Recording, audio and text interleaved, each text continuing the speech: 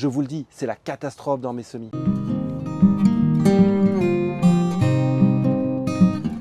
J'ai bousillé tous mes semis. Regardez, ils ont filé. J'ai fait l'erreur du débutant, l'erreur de ne pas mettre de lumière. Dans cette vidéo, nous allons voir comment réussir la culture de l'aubergine, du piment et du poivron en 6 points.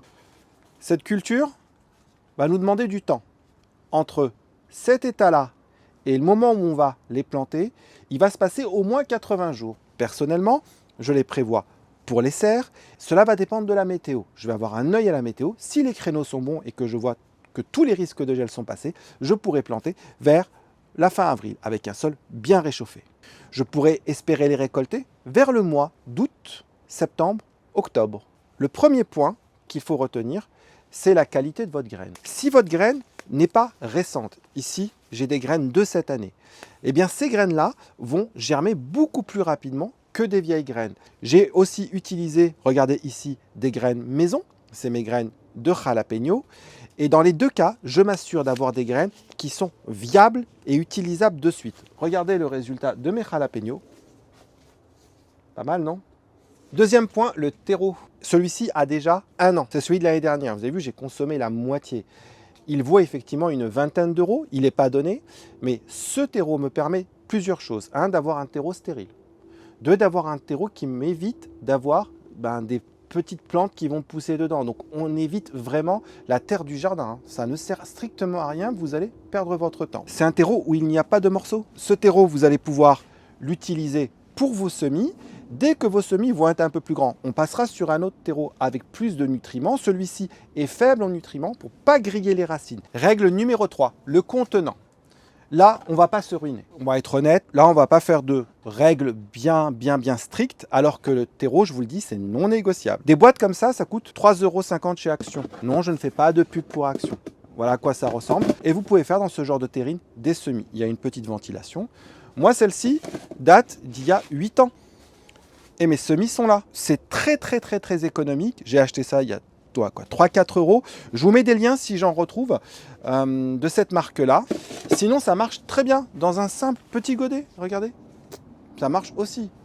Ou la version low-tech, une boîte dans laquelle vous avez des pignons de poulet, de la viande. Vous en mettez l'une sur l'autre et ça vous fait une super mini-serre. Simple, non? Donc là, pas d'investissement, pas de grosses règles. Règle 4, la chaleur. Pour ça, on va utiliser un tapis chauffant. À moins que chez vous, il fasse plus de 25 degrés. Vers 19 degrés, les semis vont végéter. Votre terreau va pas être suffisamment chaud, il va devenir tout vert et vous n'aurez rien qui va pousser, voire vos semis vont fondre. Pour ça, vous avez ce genre de tapis. Ça, c'est des tapis chauffants qui consomment très peu. Je reviendrai dessus en détail dans la description si cela vous intéresse. Ce genre de tapis chauffant se déroule de cette manière-là. Vous en avez de tailles différentes et vous venez le brancher tout simplement sur votre prise. C'est branché. Et là, votre tapis chauffant va commencer à générer de la chaleur. Le problème, c'est que si vous le laissez comme ça, c'est qu'il va diffuser une chaleur permanente. C'est la raison pour laquelle je vous conseille de le coupler à un thermostat. Un thermostat, ça ressemble à ça. Vous allez venir brancher directement votre thermostat à votre source d'énergie. Vous allez venir vérifier la température souhaitée. Et grâce à cette sonde, vous allez pouvoir la mettre dans votre pot, comme ceci. Et votre tapis, au lieu de le relier à votre source d'énergie, et vous allez directement venir brancher à votre thermostat. Donc pour faire simple, je vous montre sur mon meuble qui est dans la maison.